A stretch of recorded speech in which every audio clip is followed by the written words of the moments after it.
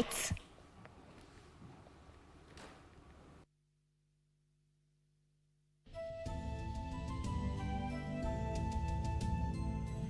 No reprieve yet. The national government extends movement restrictions and curfew hours in the 5 zoned counties of Nairobi, Kiambu, Kajiado, Nakuru and Machakos to the 29th of May, 2021. Search for Chief Justice. Court of Appeal Judge Martha Koome vows to use her 33-year experience in law to transform the judiciary if appointed as the next CJ. It's a sigh of relief as the Energy and Petroleum Regulatory Authority maintains current fuel prices despite the fuel landing cost increasing by between 4.77% to 9.27%. And slain Kenya Broadcasting Corporation television news video editor Betty Barasa laid to rest at her Olulua home in Gong, Kajiado County.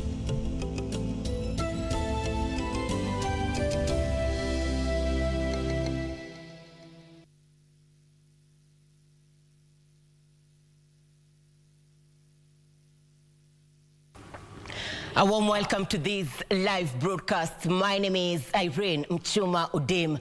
My co-anchor on sign language interpretation is Lanza Odingo. Top story tonight, the national government has extended movement restrictions and curfew hours to the 29th of May 2021 in the 5 zoned counties of Nairobi, Kiambu, Kajiado, Nakuru and Machakos. In a Gazette notice, Interior Cabinet Secretary Dr. Fred Matiang'i warned against public gatherings, processions, or movements into the restricted areas and within the curfew hours of 8 p.m. to 4 a.m. for anyone within the zoned area and 10 p.m. to 4 a.m. for the rest of the counties. The curfew and movement restriction orders by the national government remain as they were up to the 29th of May 2021. In a Gazette notice, the national government says no movement shall be allowed out and into the 5 zoned counties of Nairobi, Kiambu, Nakuru and Machakos unless one proves to be an essential service provider or permitted in writing by county police boss or sub-county police boss. Residents in zoned counties are required to observe the 8 p.m. to 4 a.m. curfew restrictions, while in other counties, citizens will have to remain indoors between 10 p.m. and 4 a.m. This, the government says, will help in curbing further spread of COVID-19. Meanwhile, the Laikipia County Multi-Agency COVID-19 Committee has raised the red flag over a surge in COVID-19 infections in the county. The committee says 299 new cases have been reported in the last 2 weeks, with 14 people having lost battle to the virus within the same period. We are noticing a business-as-usual approach amongst citizens, particularly when it comes to funerals. And we would like to persuade citizens to stop it. Yeah, because this is helping with the spread. Nationally, Kenya has reported a positivity rate of 13% after 981 people tested positive to COVID-19. A statement from the Ministry of Health on Wednesday also indicated the pandemic claimed 3 lives within the last 24 hours and 23 other lives on diverse dates from various health facilities. This now pushes the cumulative fatalities to 2,420. The total positive cases now stand at 148,128. And cumulatively, 1,578,773 tests have been conducted so far. On a positive note, 665 patients have recovered from the COVID-19 disease, 528 from home-based and isolation care, while 137 are from various health facilities. Total recoveries now stand at 100,245. Meanwhile, the Ministry of Health announced that as of yesterday, a total of 569,224 people had been vaccinated with the AstraZeneca vaccine. Elsewhere, Denmark has ceased giving the Oxford AstraZeneca COVID vaccine amid concerns about rare cases of blood clots. Denmark becomes the first European country to do so.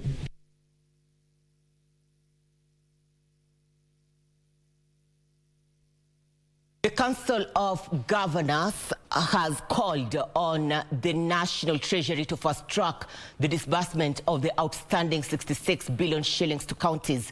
The county bosses say the intermittent release of funds has stalled operations in the counties, leaving them badly exposed in the war against the COVID-19 pandemic. The governors have, in the meantime, claimed that they are yet to be furnished with the Auditor General report relating to the utilization of COVID-19 funds in the counties. The Council of Governors says Treasury owes some 2.6 billion shillings to Nairobi County for the month of December and some 12 billion shillings to 21 counties for the month of January 2021. The Council's Health Committee Chairperson Governor Anyang' Nyong'o says the delay in the release of the 66 billion shillings has led to a serious cash crunch in the counties and has hampered service delivery. The 19.8 billion released by the Treasury so far is a small drop in the bucket. We urge the National Treasury to fast-track the release of the outstanding amounts to enable county governments to undertake county operations and progressively settle the pending bills. Nyong'o said the council is also concerned about the spike in COVID-19 cases in the counties that have been exempted from the current blockade. We note that community transmissions have started increasing and other counties out of the zoned area, that is mainly Nairobi and Nakuru, are experiencing a surge in COVID-19 infections, including my own county, Kisumu. But even as the counties demand their dues, the Auditor General has already raised queries about the utilization of resources in the war on COVID-19 in the devolved units. A report by the Auditor General says all the 47 county governments flouted procurement rules, arbitrarily engaging private firms in the purchase of medical items and giving contracts to their associates without competitive bidding. About 20 people have been arrested in connection with exposing the contents of examination papers in the ongoing Kenya Certificate of Secondary Education examinations. Education Cabinet Secretary Professor George Magoha says the cases which involve exam officials have been recorded in 6 areas in the counties of Kisumu, Garissa, Homa Bay, Mandera and Kisii. Professor Magoha, who warned of stern action against the culprits, has however assured stakeholders that the credibility of the exams has not been compromised. Cases of attempts by examination officials, among them invigilators, exam center managers and supervisors, to access the Kenya Certificate of Secondary Education examinations with a view of exposing the papers to candidates continue to be recorded in some parts of the country. While monitoring the progress of the ongoing exams at Kenya High School, Nairobi, Education Cabinet Secretary Professor George Magoha expressed disappointment that some officials are determined to mislead learners. We are talking about over 20 people, but the number will continue because when we find that last week they arrested one of the masterminds in Suba, it means there's another one somewhere. But we are going to be very closely watching. According to the Cabinet Secretary, the contents of the exam papers are exposed after 6 a.m. once they are released to schools. One of who this morning gave me a heads up that has led to us trailing, and you will hear that we have arrested the culprit where agriculture paper, is it paper 1 or paper 2? Paper 1. Paper 1. Was exposed at about, was it 8:30? At 8:36 in the morning.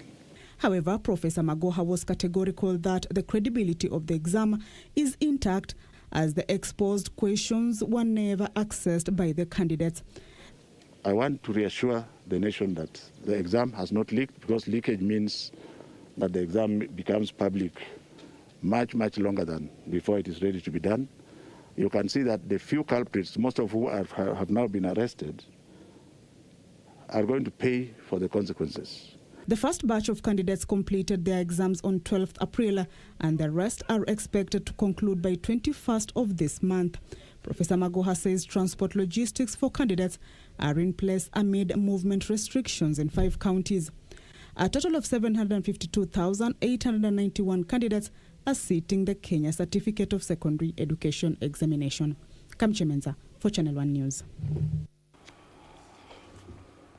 Lawrence Wairunge, the man accused of killing his family members in Kembu County, will on Thursday appear in court to face 5 counts of murder charges a day after he was declared mentally fit to stand trial. On Wednesday, Chief Magistrate Court in Kiambu closed the file on miscellaneous application to the case following the completion and submission of a psychiatrist report on the mental fitness of the accused. Lawrence Simon Wairunge allegedly confessed to the murder of Nicholas Njoroge Wairunge and Anne Wanjiku Wairunge, Christian Njenga, Maxwell Njenga, and also a Mason, James Kinyanjui Wamba. His trial had been put on hold pending a psychological exam.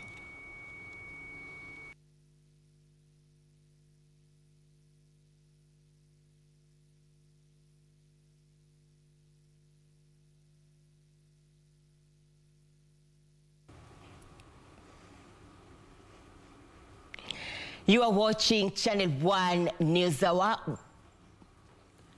You are watching Channel 1 News Hour. We are also live on our Facebook, YouTube, and Twitter at KBC Channel 1. Do interact with us. For now, we're taking a short break. See you on the other side shortly.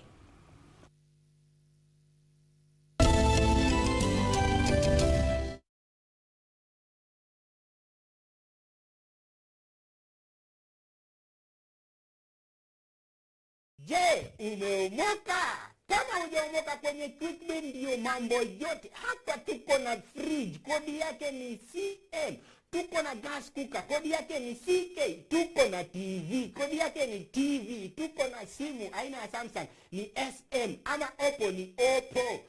My friend, mahali popote unanitazama, eka hizo kodi zake kisha utume kwa 4032353.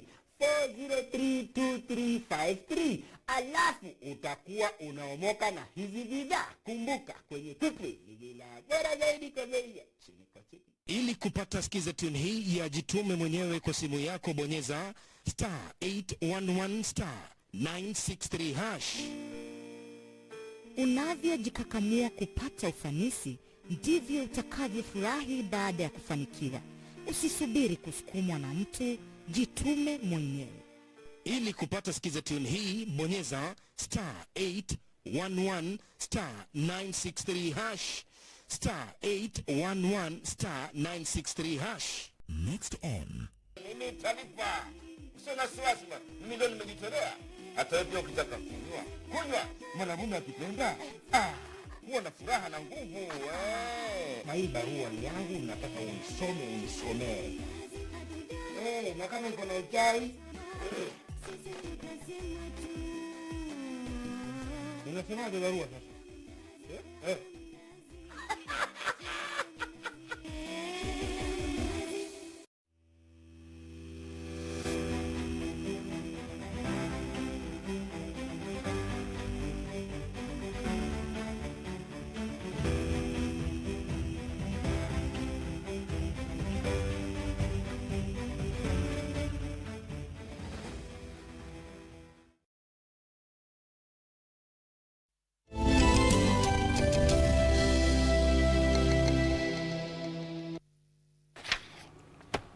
Welcome back. Amani National Congress Party leader Musalia Mudavadi has downplayed the recent meeting between ODM leader Raila Odinga, KANU chairman Gideon Moi and Muhoho Kenyatta, urging Kenyans not to read too much into the engagement. Mudavadi says the meeting had nothing to do with the 2022 succession politics. Tuesday's meeting between Raila Odinga and Gideon Moi and Muhoho Kenyatta has ignited a series of debate over the 2022 political matrix. However, ANC party leader Musalia Mudavadi has moved to quiet the hullabaloo. If we want to make a pronouncement about an alignment or whatever, I will speak publicly to it and say We have been having consultations in the background. We have reached a stage where we want to make certain things public. Mudavadi, who has expressed interest in the presidency, has been marshalling support from like-minded politicians in a bid to boost his influence in the 2022 succession politics. Tumesaidia wengi muda mrefu. Sasa we also have a legitimate expectation and demand for others that we have supported to support us.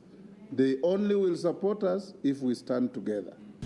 Elsewhere, division continues to rock the Luo Nyanza region as two factions of the Luo Council of Elders continue to read from different scripts over the region's political direction. Luo Council of Elders, led by Keri Nyandiko Ogandi, has urged the Luo community to allow entry of more political parties in the region currently dominated by ODM.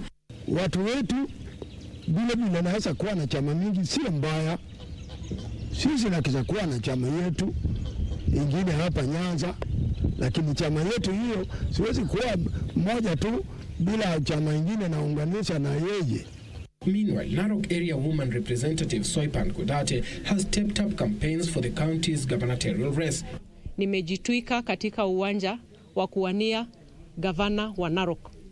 Na kama kuna wale wamekuwa na doubt, nafikiri leo wataweza kujua ya kwamba niko miongoni mwa wanaume, kwa sababu sijasikia mama mwingine ambaye amejitwika kwa uwanja wa ugavana. Kudate is the first female leader to openly declare her interest in the seat. Suleiman Yeri, Channel 1 News. The East African Court of Justice has appointed 6 new judges to the bench, among them the president of the court, as the tenure of the previous judges came to an end. The judges currently in Nairobi undergoing a 5-day induction will be led by Justice Nectar Kayobera from Burundi, who takes over from Justice Dr. Emmanuel Ugishebuja from Rwanda. Acting Chief Justice of the Supreme Court of Kenya, Lady Justice Philomena Mwilu, called for resilience from the new team, whose appointment comes amid a world health turbulence occasioned by the COVID-19 pandemic. The changes in the East African Court of Justice have seen the appointment of 3 new judges in the appellate division, including the new president of the court, Justice Nectar Kayobera from Burundi, Justice Kathurima Minoti from Kenya, and Lady Justice Anita Mugeni from Rwanda. Judges exiting the appellate division are Justice Dr. Emmanuel Ugirashebuja from Rwanda, who is the former president of the court, Justice Aaron Ringera from Kenya, and Justice Liboire Nkurunziza from Burundi as former vice president of the court. The appellate division has 5 judges. In the first instance division, which consists of 6 judges, 3 new judges have been appointed to replace 3 others whose term has come to an end.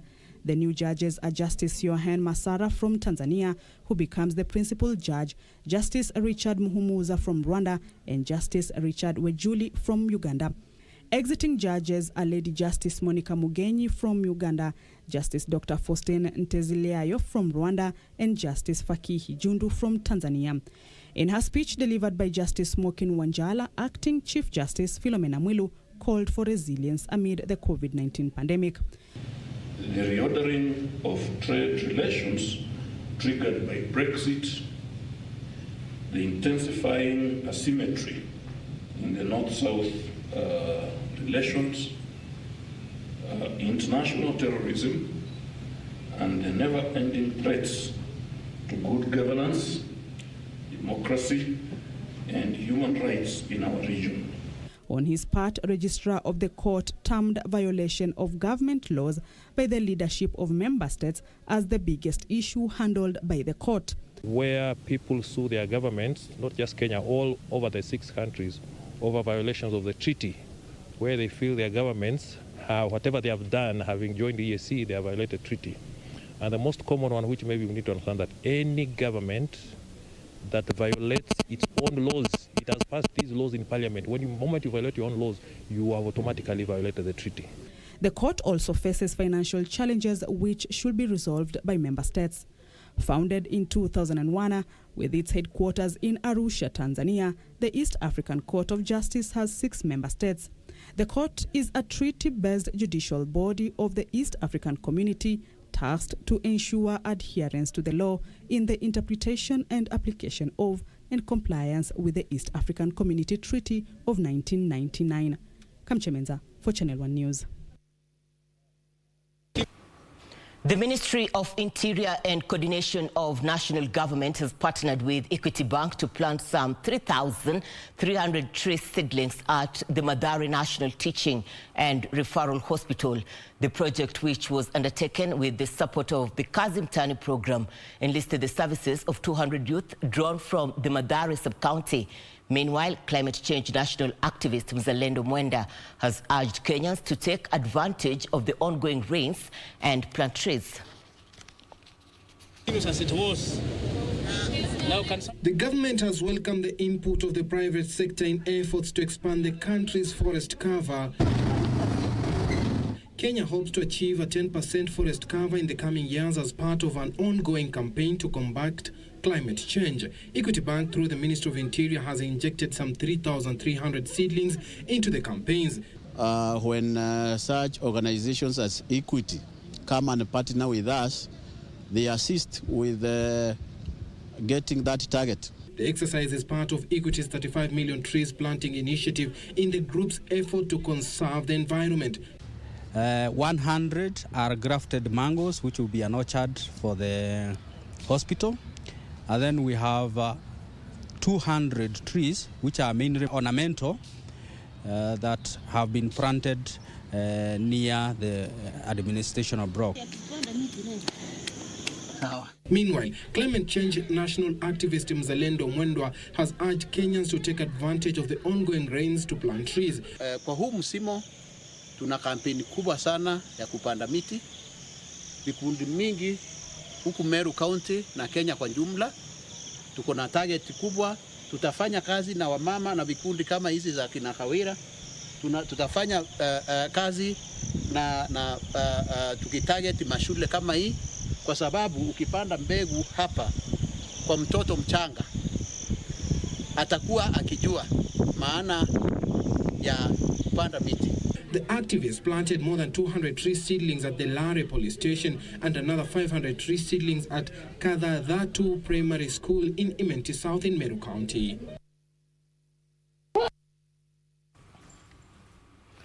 Police have launched investigations into the death of a 30-year-old woman whose body was discovered in a house in Kayole Estate in Naivasha. Also recovered in the house was a ransom note from alleged kidnappers demanding 2 million shillings from her relatives. The incident comes just 2 days after a 54-year-old woman was allegedly sexually abused and murdered in neighboring Karai Estate. A lifeless body of the 30-year-old woman was found covered in a bedsheet. Also discovered was a ransom note in what relatives believe may have been an attempt extortion. Police have launched investigation into the incident just days after yet another woman was found brutally murdered in Karai Estate, just kilometers away. Ako kabarua nimesoma, singetaka kudisclose hapa sababu iko na askari.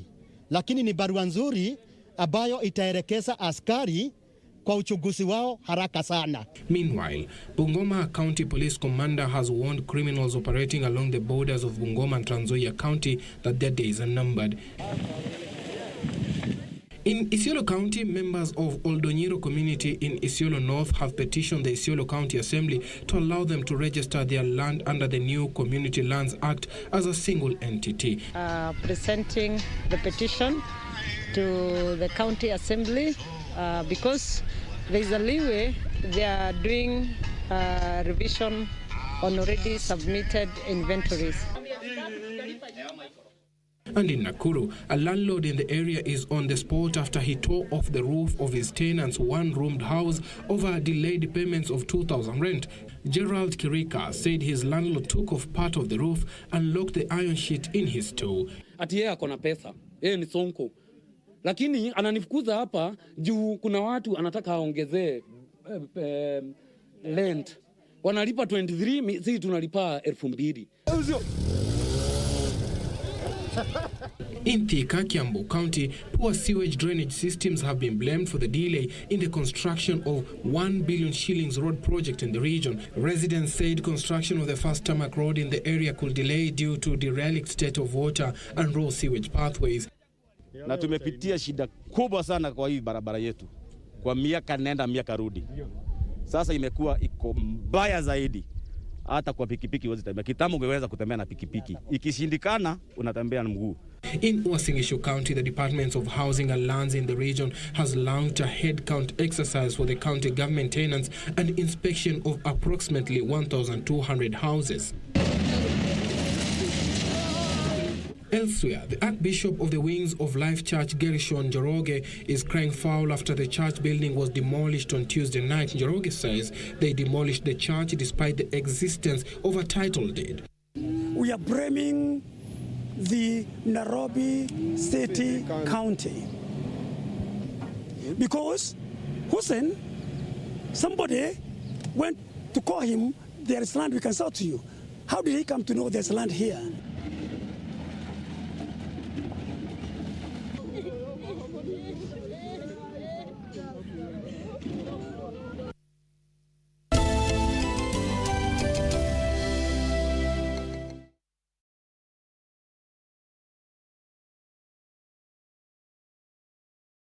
Next on.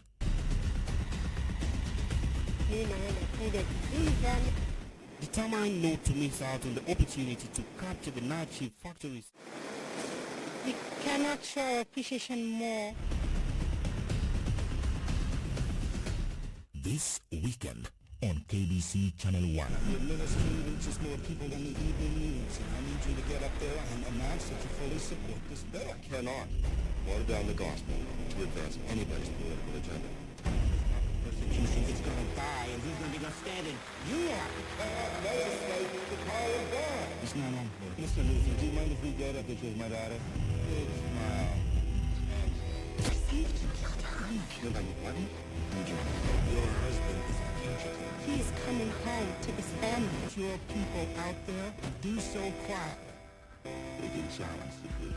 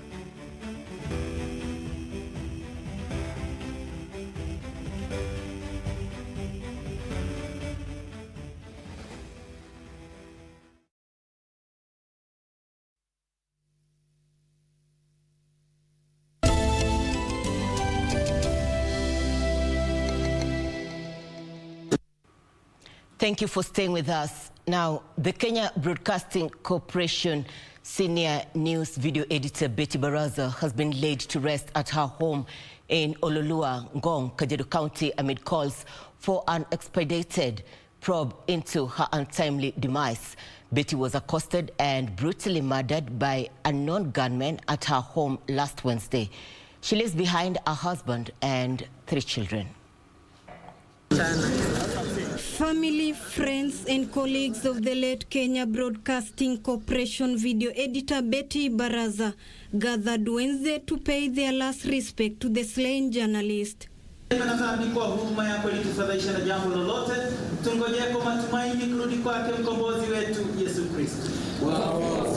The day began with a requiem mass at the Montezuma Funeral Home, where the late Betty was eulogized as a loving wife, mother, and a mentor. Somebody who is very supportive, very caring, and somebody who cannot hold a grudge. Mtoto yangu ni namba 8 kwa tumbo yangu. Sasa nilishtuka sana, na mimi mwenyewe ni mgonjwa. Sitasemako kitu, lakini mlezi wangu hakulea Geoffrey peke yake na watoto wake, alilea mimi zaidi. Kwa nini? Kila mara nikonjeka alikuwa ananipigia simu, mama, kuja Nairobi tuende kutibu. Waka. KBC and indeed the entire media fraternity have not come into terms with what happened. However, what we are left with is to thank God for the time He gave us to be with Betty. Geoffrey Barasa described her wife Betty as a God-sent gift whose shoes will be difficult to fill. And you are not there. The gap is very big and very big enough. I have no one to lean on. But I will stand and try my best to fit in your shoes, to take care of our children, and continue to do what we are doing best.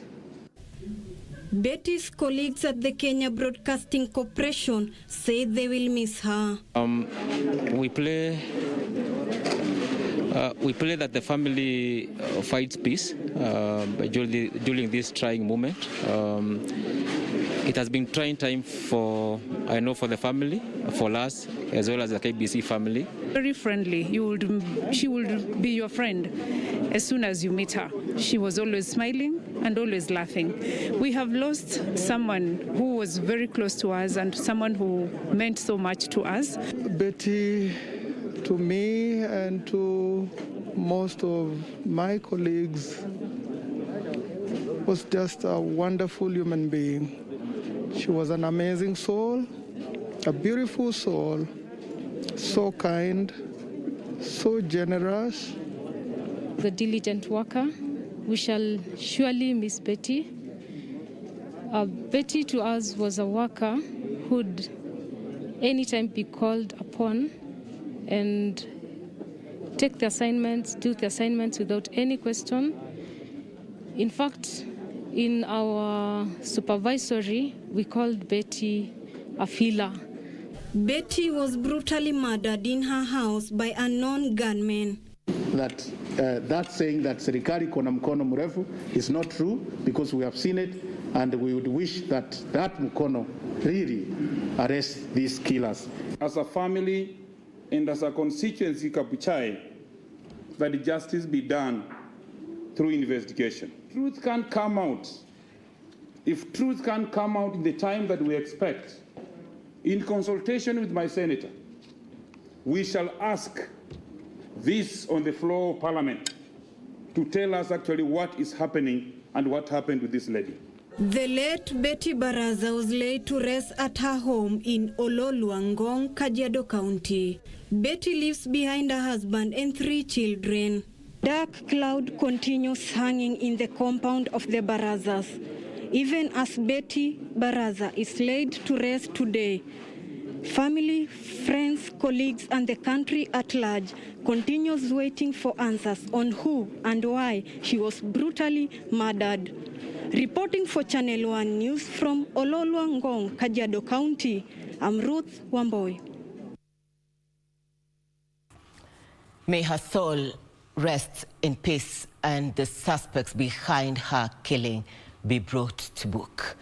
In other news, Kisumu County Senator Fred Outa has faulted the ongoing rehabilitation of drainage systems in Kisumu town, arguing that it has proven ineffective. The lawmaker is accusing the city executive of sidelining city engineers in the planning and execution of the enhanced aesthetics program. But as Simon Achola reports, acting city manager Abala Wanga refuted the claims and instead blamed politicians who have grabbed land and constructed stalls on drainage systems.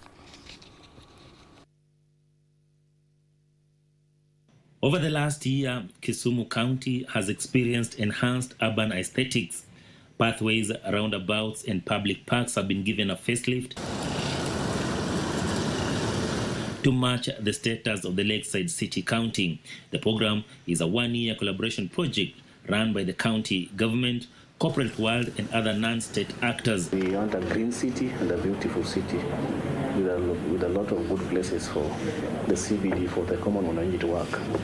Currently, we are trying to design electrical bus centers that can fly from Mamboleo to Dunga, and then from Maseno to Rabuor, so that the Maseno one will pierce through the airport to the CBD and end up in Rabuor through Nyamasaria.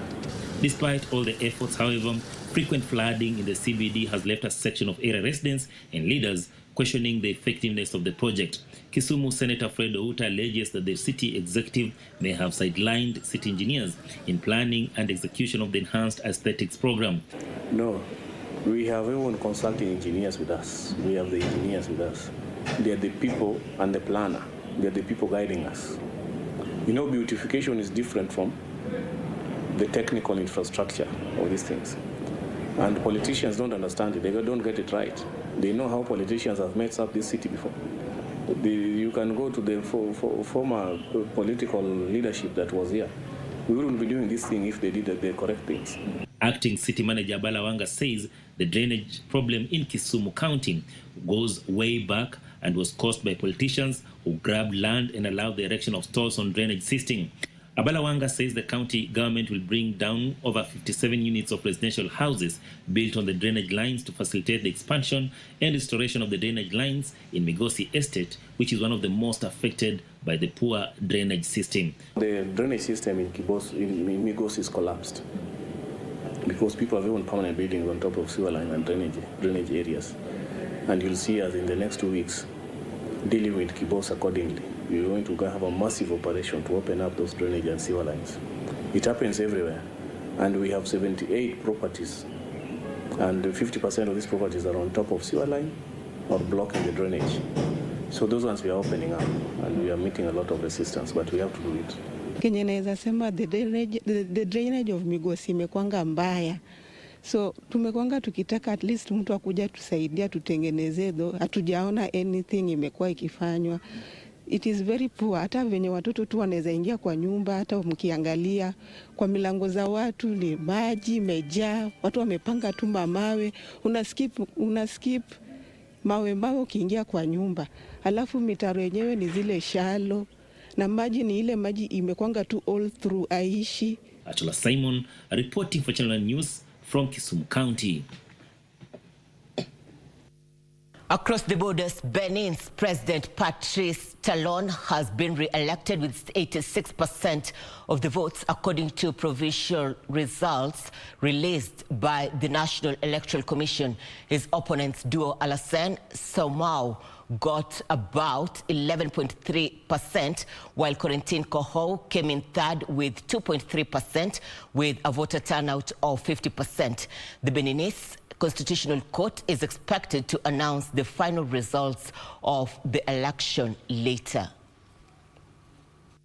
Sunday's vote in Benin took place peacefully after a campaign marked by violence. The main opposition figures, who are either in exile or have been sentenced to prison, had called for a boycott of the ballot. Others were prevented from running in the elections by a new electoral code and institutional reforms.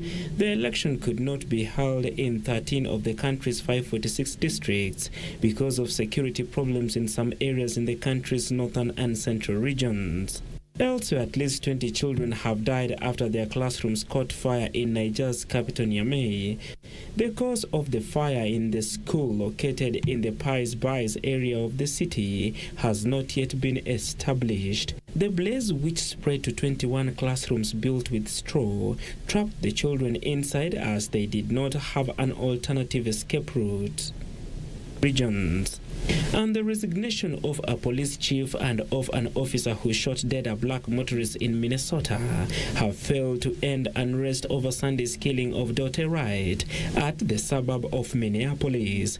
On Tuesday night, bottles and other projectiles were thrown at police headquarters, and officers responded by firing tear gas, stun grenades, and rubber bullets. Chief Tim Gannon and Officer Kim Porter quit the Brooklyn Center Force on Tuesday. The pair said Porter shot Dante Wright accidentally, having mistakenly drawn her gun instead of her taser. Despite the resignation, fresh clashes between police and protesters erupted for a third night. More than 60 people were arrested. Finally, U.S. envoy John Kerry is heading to Shanghai to woo China ahead of a climate summit. After a major diplomatic row at the UN, both sides hope to cooperate over plans to drastically cut emissions. The U.S. wants China to cease building coal-fired power stations and to stop financing coal ventures abroad, while China, on the other hand, wants the U.S. to give more cash to developing countries to obtain clean technology and adapt to climate change. Scientists warn that without an agreement between the world's greatest polluters, there is little chance of averting dangerous climate change.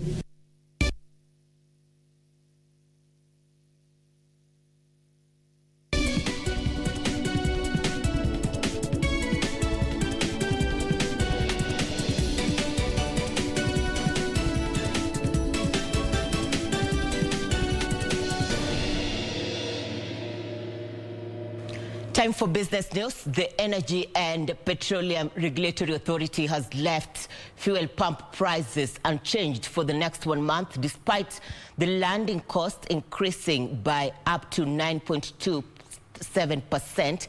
The unchanged prices might point to a likelihood that the government has implemented the Petroleum Stabilization Fund that was introduced last year to cushion Kenyans from high fuel prices. The government introduced the Petroleum Stabilization Fund last year in efforts to cushion Kenyans from high prices whenever the cost of imported refined products steadily increases. In its latest monthly pump price review, the Energy and Petroleum Regulatory Authority indicated that despite the shilling marginally strengthening against the dollar by 0.04%, the landed cost of refined product had increased. EPRA indicated that the landed cost of diesel was up by 4.77%, kerosene increased by 7.29%, while super petrol was up by a massive 9.27%. However, EPRA announced that the pump prices would remain unchanged without giving the reason behind the decision. However, there have been calls from Kenyans for EPRA to implement the Petroleum Stabilization Fund to cushion fuel buyers from high prices. There is a likelihood that EPRA has done this. The retained fuel prices means that fuel would be cheapest in Mombasa, where a litre of super petrol will retail at 120 shillings and 41 cents, diesel at 105 shillings and 27 cents, and kerosene sell at 95 shillings and 46 cents. In Nairobi, a litre of super petrol will retail at 122 shillings and 81 cents, diesel at 107 shillings and 66 cents, and kerosene sell at 97 shillings and 85 cents. Fuel would be most expensive in Mandera, where a litre of super petrol will retail at 135 shillings and 85 cents, diesel at 120 shillings and 70 cents, and kerosene sell at 110 shillings and 88 cents. In Mombasa, residents welcome the new prices and urge the government to consider ways of reducing the prices further. Tuko tumesikia mafuta itapanda, hata leo nimefuel nimeweka karibu full tank, lakini kama imebaki hapo basi, lakini tulikuwa expectation kwa itashuka. Government checks on and take some measures to cut down the prices a little so that we don't affect people, considering we have the pandemic with us. Benson Rioba reporting for Channel 1 Business. Leaders from the counties of Laikipia, Baringo, Samburu and Isiolo have started to harmonize programs to be executed under the 600 million shillings funding from the European Union. The 4 counties that form the Northern Rangelands Trust become the first economic bloc to attract such a funding from a development partner. County economic blocks have been established as one of new innovative strategies for delivering the objects of devolution. Northern Rangeland Trust is such an economic bloc bringing together 4 counties, namely Laikipia, Baringo, Samburu and Isiolo. The 4 counties have secured a funding of 600 million shillings from the European Union, making it the first such regional economic bloc to lock such financing. We want to promote development in these counties because we border each other, and also we want to promote peace amongst ourselves, and therefore when we do that, the economy will grow, including issues to do with supporting the livelihoods of our people, be it even including supporting the education sector, supporting tourism sector, as well as supporting the infrastructure that ensures that we have a peaceful coexistence. The cash is expected to be directed to 4 thematic areas, namely infrastructure, natural resources, trade, education and livestock development. The ministers have met here from the 4 counties to harmonize the programs that are going to be executed, so that we have maximum impact on our people. That will change the livelihoods. Actually, it will change the scenario. It will change the scenario around here. We create markets amongst ourselves, and also we attract other counties to come and also buy from us. Leaders of the regional bloc acknowledged that working together as the 4 counties will foster harmony in execution of projects to avoid duplication. The objective of the 4 counties coming together as under the umbrella name of Amaya bloc is to foster peace by ensuring that we minimize conflict, mainly conflict as a result of pasture and livestock layering. They also noted that use of livestock technologies such as feedlots will reduce conflicts and grow the livestock industry along the entire value chain. Terry Njenga, Channel 1 Business. The International Finance Corporation has announced partnerships with health technology firm Philips and the Cooperative Bank of Kenya to help small businesses in the health sector purchase essential medical equipment and strengthen their response to COVID-19 and other pressing healthcare challenges. The deal is designed to provide risk-sharing facilities to help small businesses access up to 30 billion shillings in loans and leases. The International Finance Corporation, IFC, is partnering with medical equipment manufacturers and local financial institutions to support healthcare providers in Cameroon, Cote d'Ivoire, Kenya, Rwanda, Senegal, Tanzania, and Uganda. The loan size to smaller healthcare providers, which serve more than half of Africa's population, including low-income patients, is expected to range from $5,000 to $2 million to help them lease or purchase equipment. Currently, more smaller healthcare operators in Africa cannot secure bank loans due to their perceived high investment risk, meaning they cannot afford medical equipment, innovations, or to recruit qualified personnel. The partnerships by International Finance Corporation, Philips, and Cooperative Bank of Kenya are the first under the IFC-led Africa Medical Equipment Facility. Cooperative Bank of Kenya CEO Gideon Muriuki says the deal with IFC and Philips will allow Cooperative Bank to extend credit to a wider range of investors in the health sector who previously have found credit availability a challenge. Muriuki says health expenditure is one of the largest budget items in many households in Kenya. Every support to make it easier for the sector to prosper and benefit our people is welcomed. The facility includes an advisory services program to help small businesses in the healthcare sector strengthen their medical equipment procurement processes, financial management competencies, and business planning. The advisory program will also help participating financial institutions to strengthen credit underwriting skills for the healthcare sector. Kenya and Uganda have begun a joint mass vaccination of cattle against the contagious bovine pneumonia to improve livestock health and strengthen cross-border collaboration and coordination. The exercise, which has kicked off in eastern Uganda, targets 100,000 cattle, including those in Pokot North sub-county in Kenya.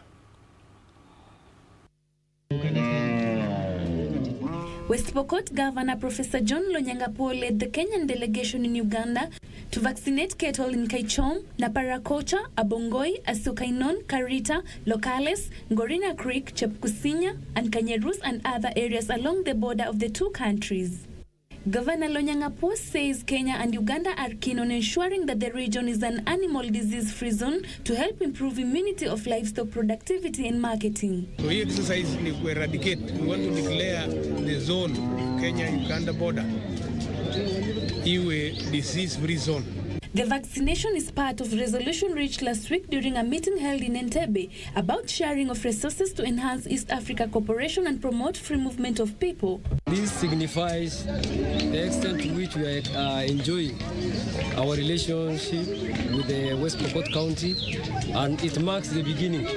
We want to ensure that we are going to continue with the same spirit, both in handling our livestock as well as handling our businesses. We are going to handle this so that we make sure that the Pokot community enjoy the leadership that exists. Leaders say the cooperation between Kenya and Uganda was significant to fostering peace, security and development. Nataka nishukuru affirmation ambayo president ya Uganda na president ya Kenya wameweka kwamba ukifanya hii exercises inaunganisha watu wetu pamoja na inalete uchenzi ya taifa iweze kuinuka.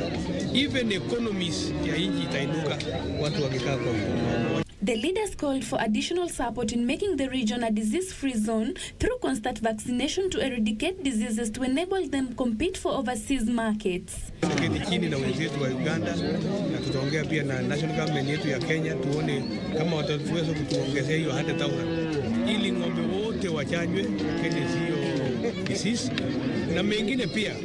Terry Njenga, Channel 1 Business.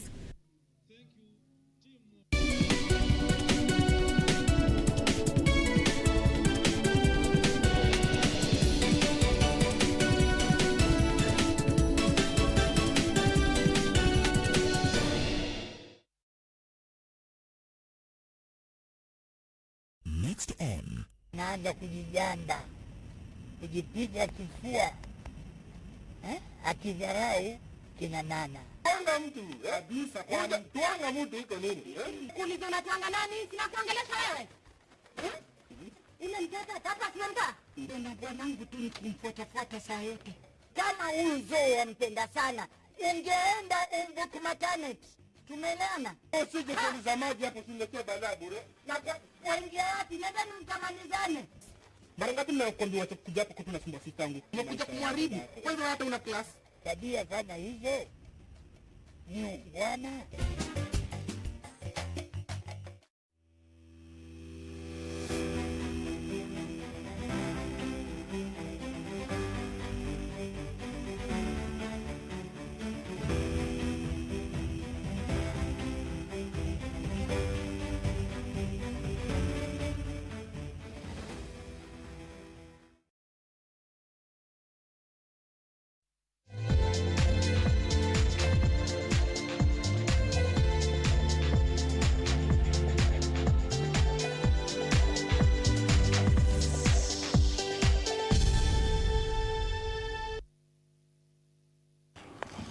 Thank you for staying with us. Time for Channel 1 Sports News. The resumption of sporting activities in the country may come sooner than expected following the ongoing vaccination process of sportsmen and women in the country. Sports Cabinet Secretary Ambassador Amina Mohammed today said that there was hope of speedy resumption of games due to the vaccination, with a majority of players having already received the first shot of the vaccine. All athletes heading to Japan for the 2020 Tokyo Olympic Games have received the first vaccination, with the second expected a few weeks before their trip to Japan for the Games to be held from the 23rd of July to 8th of August. The vaccination process for the other sportsmen and women is ongoing, and Cabinet Secretary for Sports Ambassador Amina Mohammed says that vaccine is hope for resumption of sporting activities in the country. There's always hope. There's always hope, depending on the numbers, the trend that we see with the pandemic, and how the virus will behave in our country. You know, I think that you've had my colleagues from the Ministry of Health talk about the surge that happened. The numbers seem to be kind of stabilizing, but they're still too high. And so we'll be looking to them for leadership, for guidance on when they think it's safe to actually start gradually opening up the sporting space. As the 100 days countdown for the Olympic Games begin, National Olympic Committee of Kenya has set a target of sending a squad of more than 90 athletes to Japan, in addition to other players of other disciplines including rugby and volleyball, who have already qualified for the Games postponed from last year. We are counting down now when it comes to 100 days to the Olympics. It is very difficult, all of us. We have had a lot of challenges in terms of this pandemic that has been with us. It only takes a very strong mind to be able to cope, both mentally and emotionally, because it has not been easy to everyone. The volleyball team will be assessed by foreign coaches from the International Volleyball Federation before heading to Brazil on the 1st of May for a camp that precedes the pre-Olympic camp in Japan. The International Volleyball Federation is sending to Kenya 4 high-performance coaches. We expect them to arrive this Friday. These coaches will be in Kenya for about 10 days, what they are calling the scoping visit, to come and assess the condition of our team. Thereafter, these coaches will fly to Brazil to prepare to receive this team. The team will be in Brazil, residential training camp, high-performance training camp for 6 weeks. More than 80 athletes have qualified for the Games, with the women getting a lion's share of the slots. In the last edition of the Olympic Games held in Rio, Brazil in 2016, Kenya finished 15th on the medal table with 13 medals, 6 gold, 6 silver and a single bronze medal.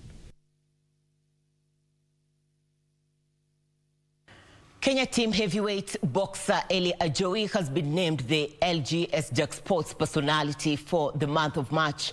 Ajowi was outstanding during the Africa Zone 3 Boxing Championship held in Kinshasa last month. He joins the growing list of 2021 winners after tennis star Angela Okutoi in January and Kenya Moran's Tyler Okari in February. Hit Squad's heavyweight boxer Eli Ajowi is the sports personality for the month of March. Ajowi was outstanding during the Africa Zone 3 Boxing Championship held in the Democratic Republic of Congo. During the event, which attracted 7 countries, Ajowi clinched super heavyweight gold after defeating African champion Maxime Yengong Njeio from Cameroon. Kushinda hii awadi imekuwa poa sana na itafanya boxer wengine pia wakuwe na bidii wafike mahali nimefika.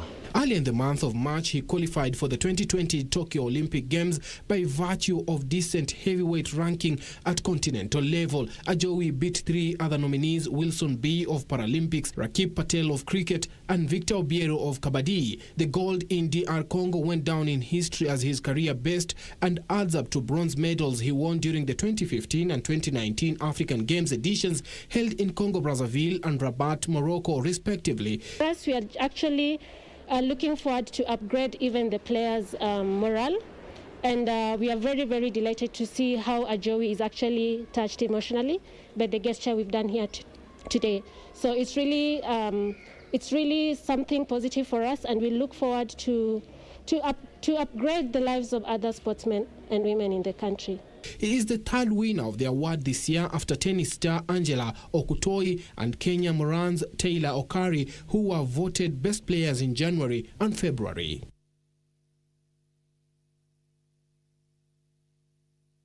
Competitors believe the entry of R5 cars in the forthcoming FIA ARC Equator Rally is a sign of better things to come.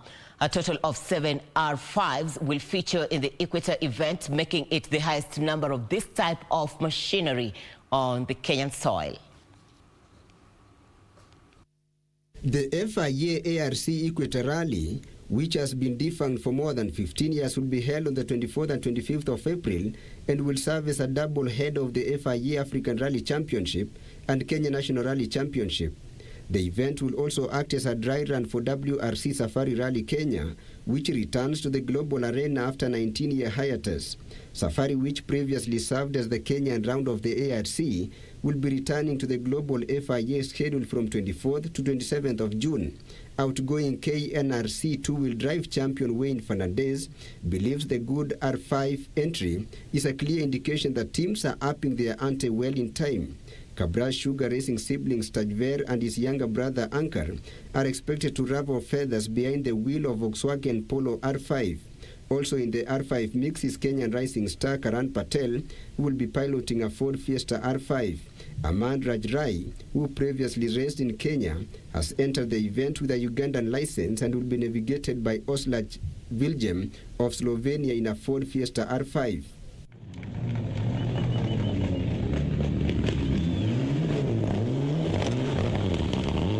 Britain's Pratul Ghosh with his UK-based Kenyan co-driver Imran Khan have entered a Minty Motorsport Volkswagen Polo R5.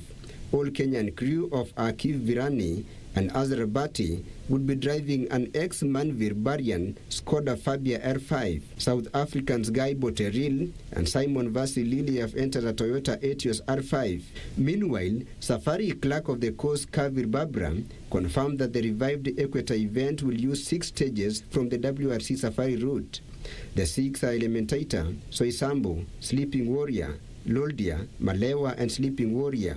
WRC Safari stages omitted from Equator itinerary are Kasarani Super Special Stage, Oserian and Hell's Gate. The next FIA ARC event after Equator will be Rally of Tanzania on the weekend of July 24th to 25th, followed by PL of Africa Uganda Rally on August 21st to 22nd, Zambia International Motor Rally on September 25th to 26th, and Rally of South Africa on November 6th to 7th. The WRC Safari Rally in June will be televised live on KBC Channel 1.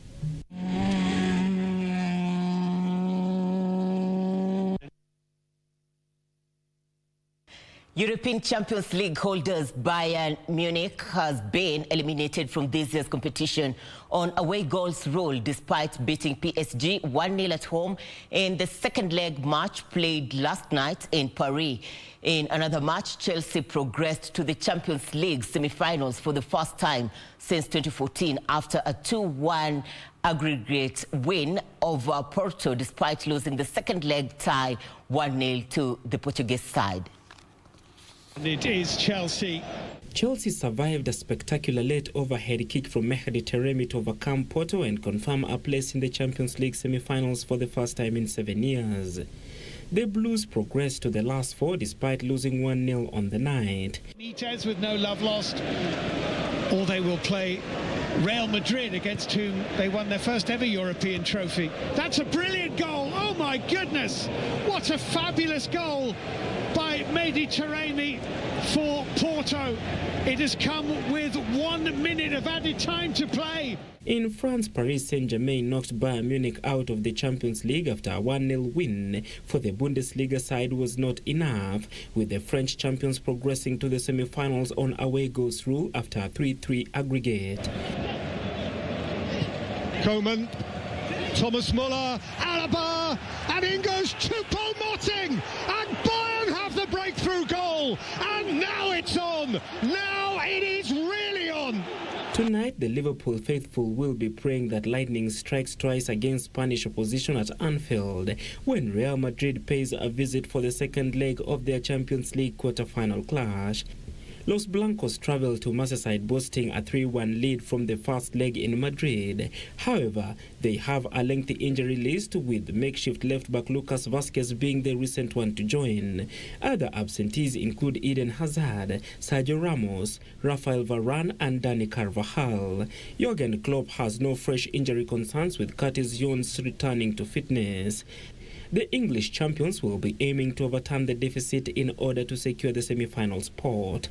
In the other match, Manchester City travels to Borussia Dortmund for their Champions League second leg quarter-final tie, boasting a 2-1 lead from the first leg. Borussia Dortmund was minutes away from claiming a 1-1 draw from the first leg at the Etihad, but a late Phil Foden strike saw City win the controversial tie 2-1.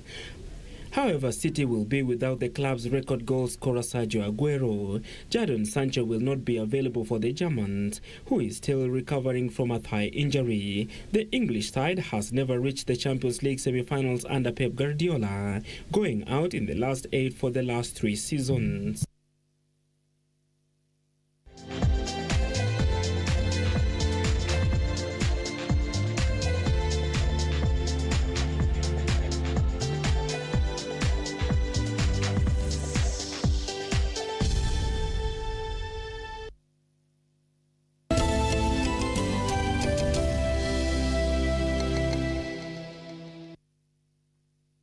Back to the local scene, Court of Appeal Judge Martha Koome has vowed to use her 33-year experience in matters of law to transform the judiciary for efficient service delivery if appointed as the next Chief Justice.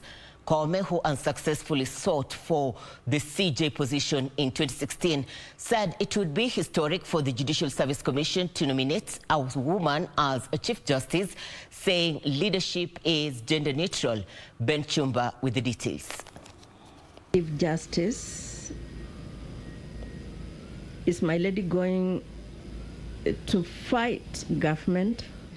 It was the turn of Court of Appeal Judge Martha Koome to face the Judicial Service Commission panel to make yet another shot at the Chief Justice position, having tried unsuccessfully in 2016. Being the third candidate so far to be interviewed for the position of the Chief Justice, Justice Koome vowed to use her experience in matters of law gained over 3 decades to transform the judiciary. Having participated in the transformation initiative by the Kenyans themselves to reform the constitution, to reform the law, to reform the justice institutions, and the work that I've done, chairperson of the Kenya Magistrates and Judges Association, puts me in good stead because I have good strategic partnerships from inside, from the magistrates whom I have interacted with as their president. As one among 3 women eyeing the CJ position, Justice Koome said it will be historic for her to be appointed Chief Justice. The attributes of my being a woman or being a man would do anything in the office of the Chief Justice.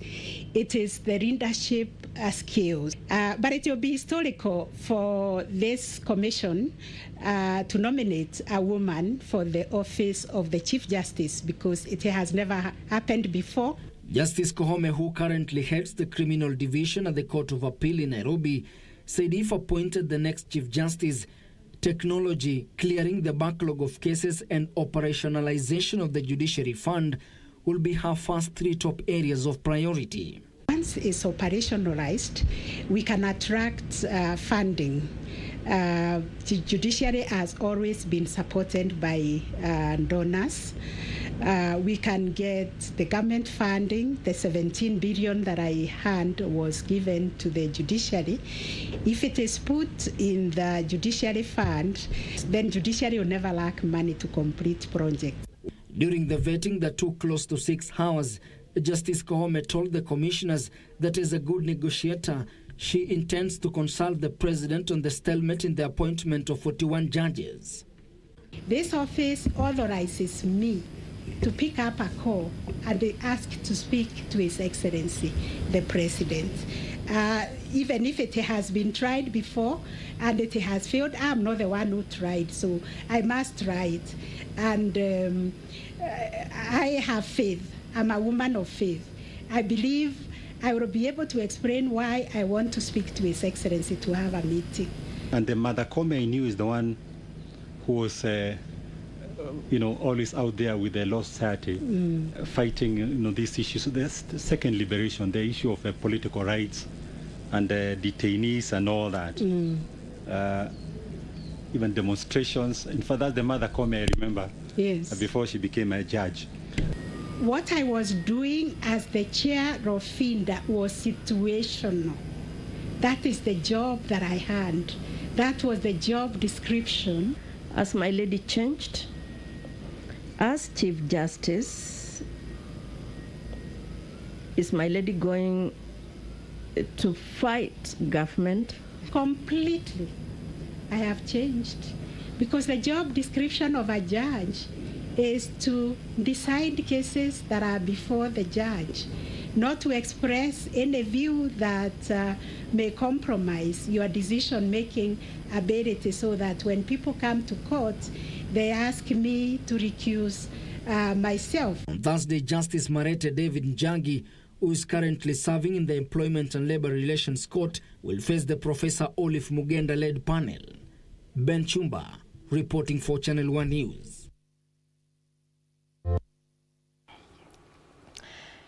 Yes, thank you for your time. We have come to the close of Channel 1 News Hour. Acknowledgements, Philip Misheni, you say you've been watching from Embu. Ismail Shama, you say you are watching KBC. Daniel Onyango, you say you're watching from Nakuru. Irene Kasivu Mwania, you say you're tuned in to KBC. And Victor Cannon, you say you are also watching from Nakuru. We do appreciate your company. Also, many of you have sent your messages of condolences to the family, friends, and relatives of the late senior news video editor, Betty Barasa. We do appreciate you so much. Betty was killed by unknown people known to her, and she was laid to rest today at the Ololua home in Gong, Kajiado County. May her soul rest in eternal peace. My name is Irene Muchuma. My co-anchor in sign language interpretation has been Lansa Odingo. On behalf of the entire team, God bless. Up next is the weather forecast with Yusuf Farah.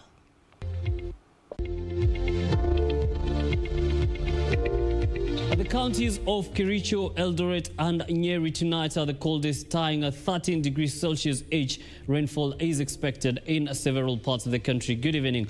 Welcome to your Channel 1 weather update. My name is Yusuf Farah. Now, tomorrow morning, areas of Meru and Nyeri wake up to light rains, partly cloudy conditions and sunny intervals. Chances of rain accompanied by sunny intervals, showers rather, accompanied by sunny intervals in the coastal region. Areas of the northeastern region, partly cloudy conditions with sunny intervals are expected. In areas of Lodwar, sunny intervals. Areas of the Lake Turkana Basin, showers in the morning accompanied by sunny intervals. In the afternoon, showers accompanied by thunderstorms in areas of Kitale, Kericho, Eldoret and Kakamega.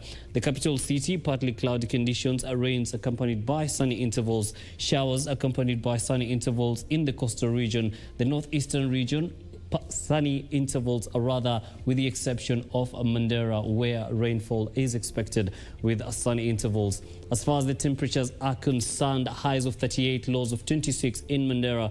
Garissa, highs of 36, lows of 24, and Nairobi, highs of 25 and lows of 16. That wraps up your local weather focus. The international weather focus is coming up in a bit. Again, many thanks for keeping it Channel 1. Until I see you next time, do have yourselves a lovely night.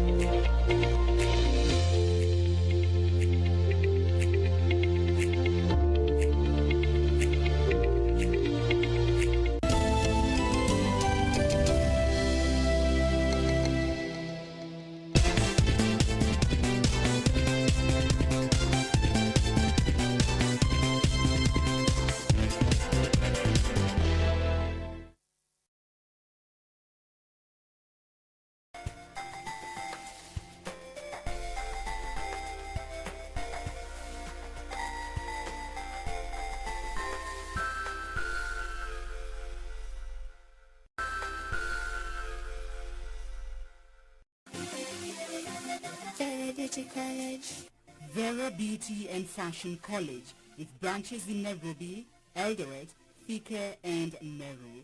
Did you know that we are a TVET-approved institution? We offer courses in fashion design, interior design and soft furnishing, event decoration, flower arrangement, event planning, hairdressing, barbering and dreadlocks, beauty therapy, makeup, nail technology, spa massages, teaching skills, TOT, solo business management, and many more. Register now and visit our website on www.verabeautycollege.com. You can also call on 0725-923-550 Nairobi branch, 0728-087-689 Eldoret branch, 0722-227428 Thika branch, 0725-000-706 Meru branch. Vera Beauty and Fashion College, a TVET-approved institution.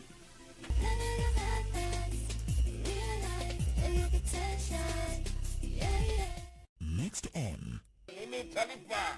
Usona siwasi man. Mimi ndo nimejitolea. Hata hivyo ukitaka kunywa. Kunywa. Mwanamume akipenda. Huwa na furaha na nguvu. Na hii barua yangu nataka unisome unisomee. Na kama niko na uchawi, Unasemaje barua sasa?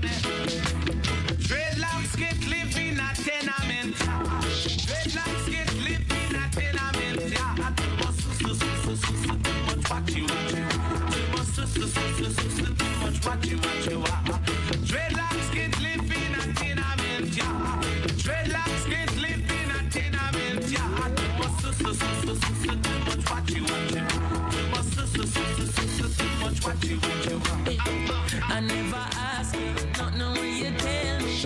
I beg you daily to cease and still you keep talking.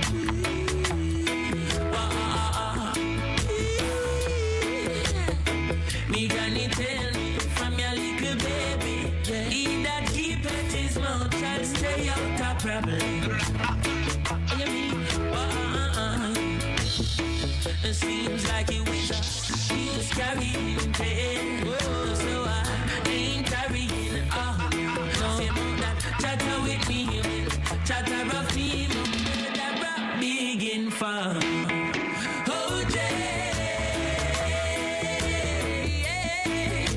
your mouth I go put you in a problem, a deep problem. Whoa, hey, oh, Jay.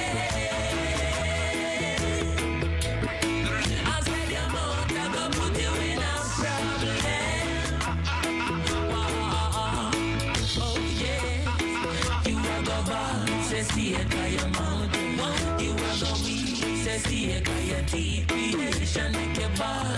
See it by your mouth, every thief is a liar, every liar is a thief. Yes, remember you tell me, Teflon hate. So what? Then you tell Teflon can excite him like a dose of poison. Don't believe you, you're wicked. Oh man, yes, you tell me woman to me have another lady. Tell me, say she have a man, well, if I rise. Murder, mount of my sea. Something know you is a news carrying pain. Yes, so I ain't carrying on. No, chatter with me, chatter of me, murder of big farm. Oh, Jay. Oh, Jay. Your mouth, I go put you in a problem, deep, deep problem. Ain't nobody never tell my word. Oh, Jay, yes. Your mouth, I go put you in a problem, problem. Oh, you are go ball, say see it by your mouth. You are go weak, say it by your teeth. Say what you go ball, see it by your mouth. And the thief is a liar, every liar is a thief. Chronic, your mouth never eats, no sleep, no slumber. So me know you is a Peter plunder. Come like in a fear the man when roll the thunder. Never saw me feature class a 32 teeth son. Chatter with me, chatter of me, that rap begin fun. Oh, Jay. Your mouth I go put you in a problem.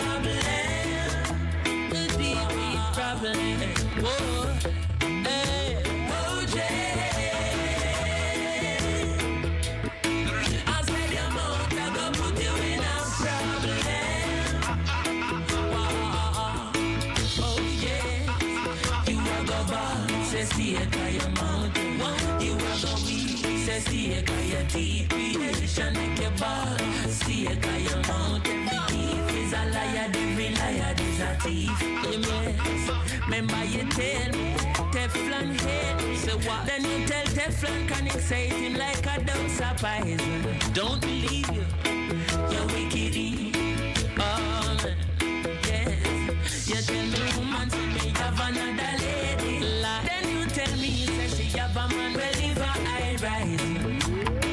Murder amount of my seed. I know you is a news carrying pain. Yes, so I ain't carrying on. No, chatter with me, chatter of me, murder of big farm. OJ, your mouth I go put you in a problem, deep, deep problem. Nobody never tell my word, OJ. Your mouth I go put you in a problem, problem. Oh, you are go ball, say see it by your mouth. You are go weak, say see it by your teeth. Say watch your ball, see it by your mouth. And every thief is a liar, every liar is a thief. Chronics, your mouth never eats, no sleep, no slumber. Oh, so me know you is a Peter plunder. Come like in a fear the man when roll the thunder. Never saw me feet all class a 32 Tita son.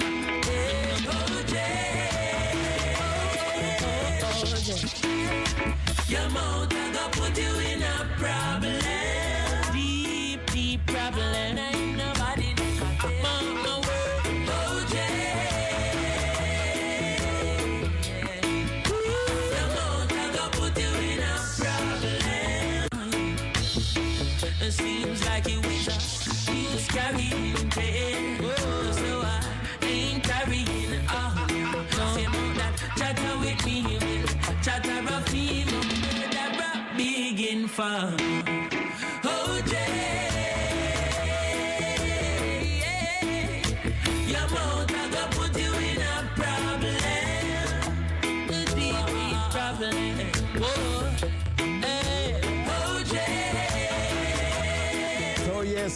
So yes, your mouth I go put you in a problem. Chatty mouth, yani kuongea mingi itakuletea shida. So see and blind, hear and deaf. Noma tena sana, message kutoka kwake, none other than the man called Chronics, starting us off on this week's edition of The Rave. Of course, my name is Junior Ready, big and ready, and I hope you had a great week. Na hapa hivi manze, tuko ni reggae tu. DJ stand on standby to rock your bones kawaida. Get interactive. Facebook page ni KBC Channel 1.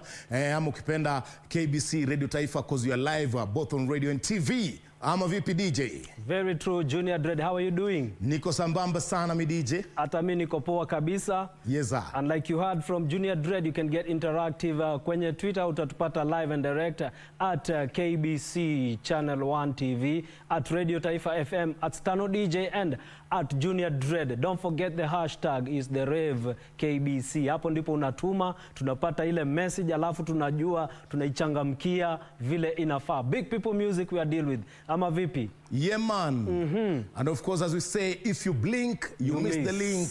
Kwa hivyo manze, sit back, relax and enjoy yourself to some uplifting reggae vibes, yeah? Some good reggae vibes for you, sindio? Yeah man. Yeah. So are you good to go? Kawaida DJ. Tusonga kusonga. Uni Junior Ready, big and ready. Aha. Yeah man. Sawa. These are the words of my father, who seated upon his throne in his kingdom.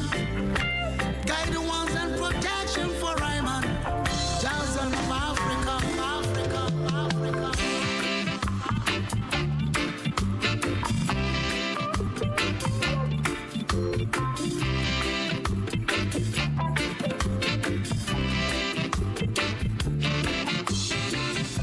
Enemies are no job. My enemies are no job. 1,000 may fall at our left hand side.